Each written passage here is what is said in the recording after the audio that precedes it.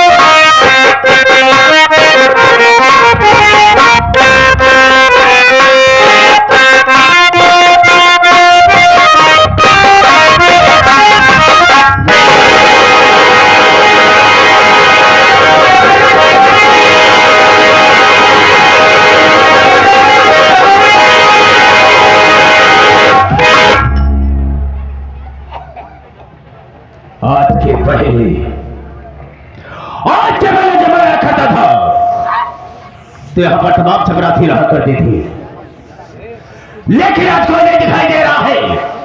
और आज हम देखना चाहेंगे कितने ड्यूटी करके पैसा लेते हैं और कितने सफे अपने घर में सो करके पैसा लेते हैं। आओ आओ बरखुरदार,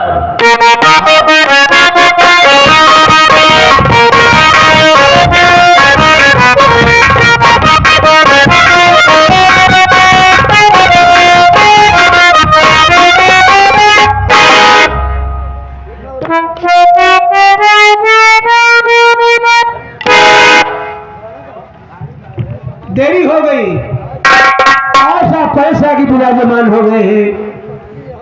बहुत देर लागत है बाबू, ये बहुत खूंखार आदमी बातें वालों गोली चार्ज कर दे था।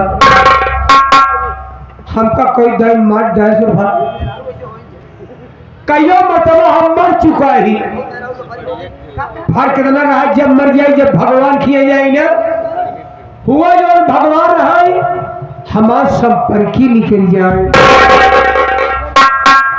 पहले हमारा उनके न्योता हकारी होत रहा है, लेकिन तनिक बाद में टिन्न पुण्य हमारे दुआरे छोड़ दे। लेकिन मानतान हमारा तो नहीं बना बा। अगर भूले भटके कभी दुआरे पहुंच जाई थी ना तो छूछ लोटा पानी लेके जरूर दौड़त थी। मिलब देखा का होता। सितारे हिंद का दोबारा सरकार को बोला हमेशा खुश नजर बख्शे मेहरबानी करता। ए नाचे गुलाम वफादारी सबक सीखा है, ये हाथ है जिससे आपका नमक खाया है। क्या हुआ का सरकार भागने की कोशिश किया तो एक कदम पे गोली और दो कदम पे तो गोली और तीन कदम पे आपको दोबारा छोड़ कर दूंगा। डर गया साला।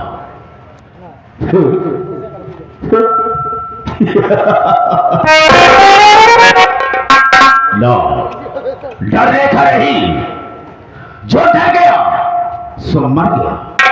हम तुझे गोली नहीं मारेंगे, लेकिन इतना जानना चाहेंगे कि सबसे पहले यहाँ पर मुझे आना चाहिए, तुझे आना चाहिए। कारण क्या, मकसद क्या है और लौटाने का मतलब क्या है, बताने के पहले मैं तुझे आगाह करता हूँ, हिदायत देता हूँ कि जो मेरे सामने झूठ बोलता है और गलत बात का इस्तेमाल करता है, गोली अंदर और दम बाहर। बेटा जितनी बात बता रहा हूं मुझसे बिल्कुल सही बता रहा हूं। हम झूठ बोलने में जब आप पूछा था सब बसाने इधर से बैठा हो, लेकिन तुझे बट की तरफ से मारूंगा तो खोपड़े का ढक्कन खुलकर बाहर गिर जाएगा। मैं तुझे पूछा कि लेट आने का मकसद क्या है। सब बताओ बाबू, लेट के काहे आई है? उठाकर फेंक दूंगा 5.5 फीट ऊपर चल जा कुत्ते के अलावा। कान का बहरा है, सुनाई नहीं देता। मैंने तुझसे पूछा कि देर से क्यों आया, कारण क्या है? देर कहे हुई का बताओ बखेर यार, मारे जरूर देर हुई।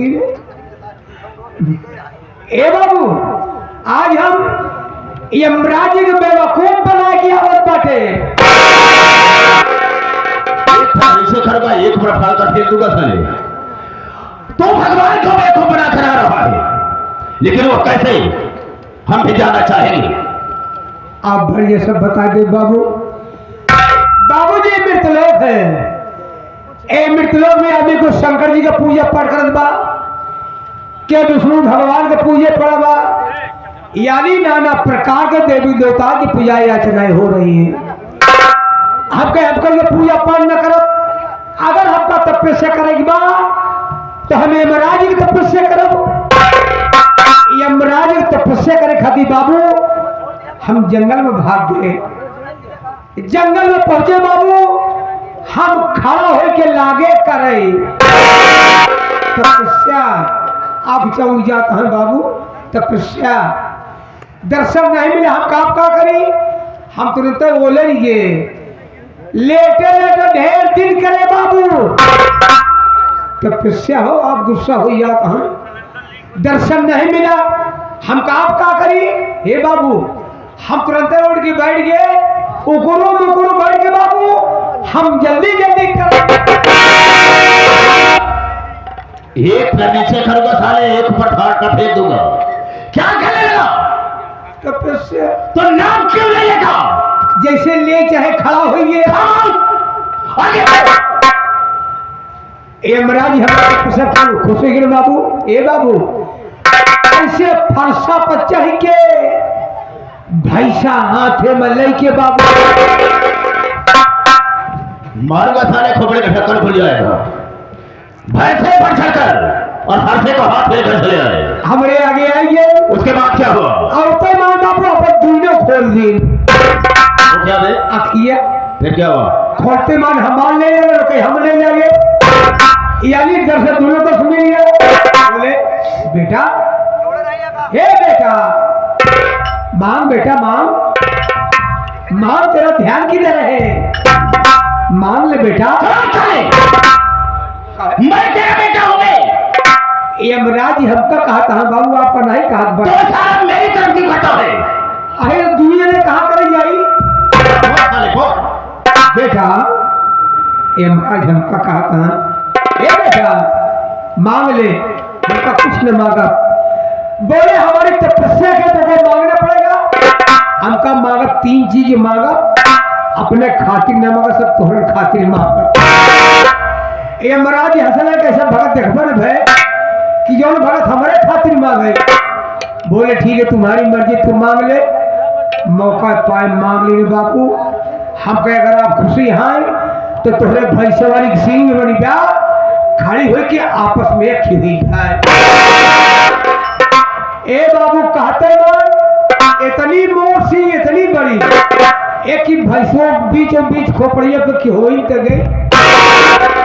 बोले दूसरा वरदान मांग, मगर कौन मांग?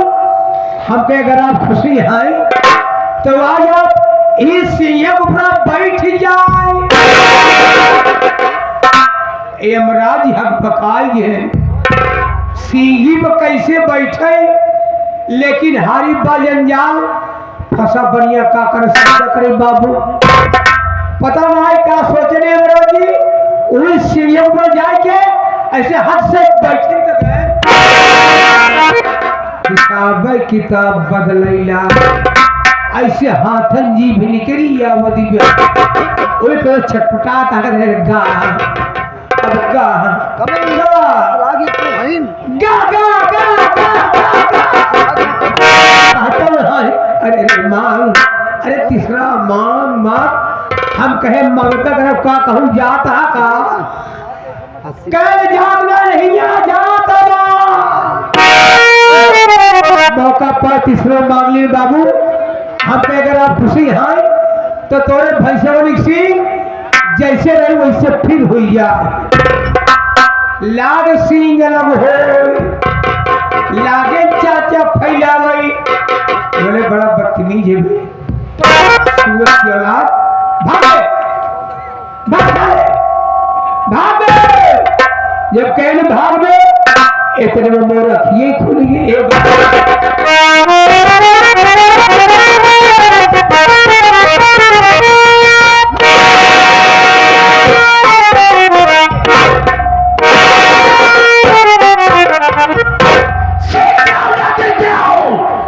पता नहीं क्या जरूर बढ़िए अल्लाह लोग के बच्चे सारे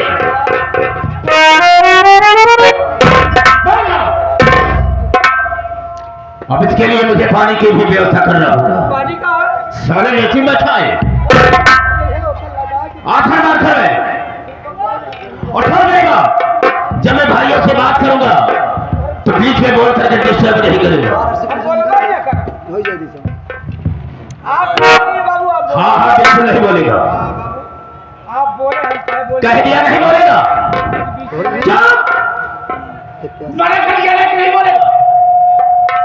कमी ना कर मना की हम बोल पड़ाई।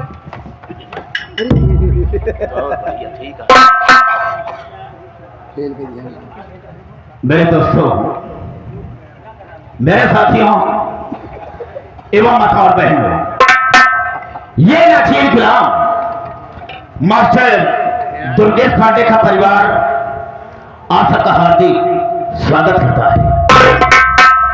दोस्तों, आप सब जमीन पर बैठे हैं साथियों, एक जमींदार के हैसियत से हैं और हम सब इस चौकी पर हैं चौकीदार के हैसियत से हैं।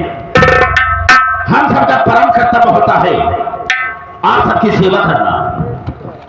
आप लोग कोमल कोमल कदमों को कष्ट देते हुए और अनमोल को होते हुए ये हमारे मास्टर दुर्गेश पांडे की पार्टी को देखने के लिए आए। वैसे दोस्तों बात होती है सोने के लिए, आराम करने के लिए, लेकिन आप सब अपनी नींद हराम करके बैठे हैं तो वैसे तो नहीं कर सकता हूं, वादा तो नहीं करूंगा, लेकिन मैं ऐसा करूंगा कि आप सबकी नींद हराम नहीं होगी। दोस्तों, आप सबका शांति का सहयोग हम लोगों की सफलता होगी। ज्यादा न कह करते हम अपने वार्ता को यह पर विराम देते हैं और कहानी पर आते हैं। तो सबसे पहले मैं अपना परिचय बता देना ज्यादा बेहतर एवं मुनासिब समझता हूं। रास्ता चलने वाले को रास्ता तमाम है और सब भाइयों के कदमों में मेरा प्रणाम। कैसे तो मथे निकाल लूं और सिरत जड़ी का पानी निकाल दो। मेरे दिल में आए तो एक समुद्र उठा दो और चलती हुई जहाज का लंगर संभाल दो। सूरत है मेरे नाम की इस सारे जहान में और शेरों के छक्के छूटते हैं जगन्नाथ जाहिल के नाम। ये जगन्नाथ जाहिल 420/20। Hello mister. दोस्तों, आप सबसे अपना नाम बता दिया, लेकिन मेरा ठिकाना कहाँ है, मैं रहने वाला कहाँ का हूं। राम साहब खड़े हो जाओ। हाँ तो दोस्तों, जिला रीवा ग्राम जलापुर का रहने वाला हूं। हमारे परिवार में हमारे साथ में मेरी धर्मपत्नी है जिसका नाम है पार्वती। हाँ सर, लेकिन दोस्तों वो पार्वती मेरी बीवी औरत नहीं है। नहीं, वो दूसरी औरत है। एक कैसे? पहली शादी मेरी हुई थी जिला बांदा ग्राम बाबू नगर में। वही का रहने वाला था एक राम लखन। उसी की बहन थी जिसका नाम था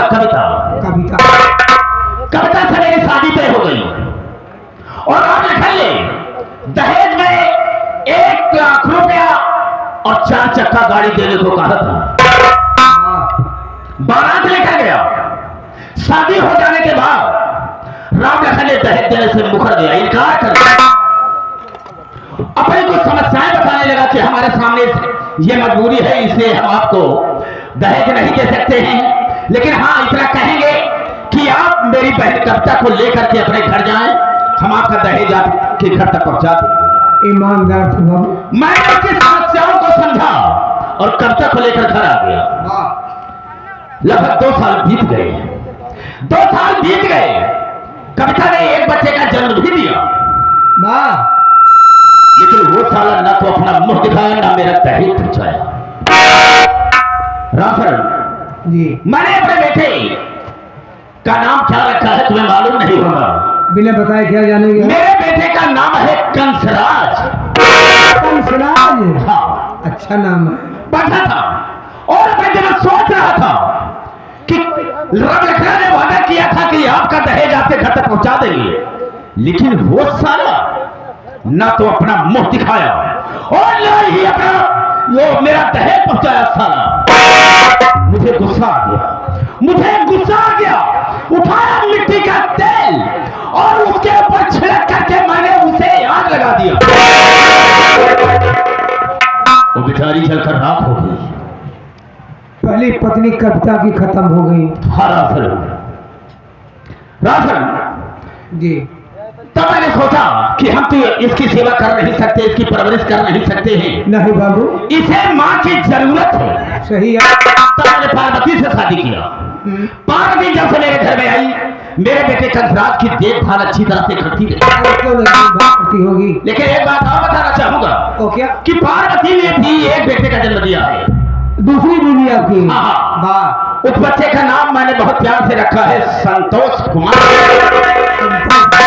हाँ रामचरण, अच्छा नाम है। रामचरण मेरा बेटा कंसराज धीरे धीरे सयाना हो गया। मैंने अपने दिल में सोचा कि हम अपने बेटे की शादी कर दें ताकि अपनी जिंदगी को चैन से बिता सके। मैंने अपने बेटे कंसराज की शादी बहुत बड़े घर में किया।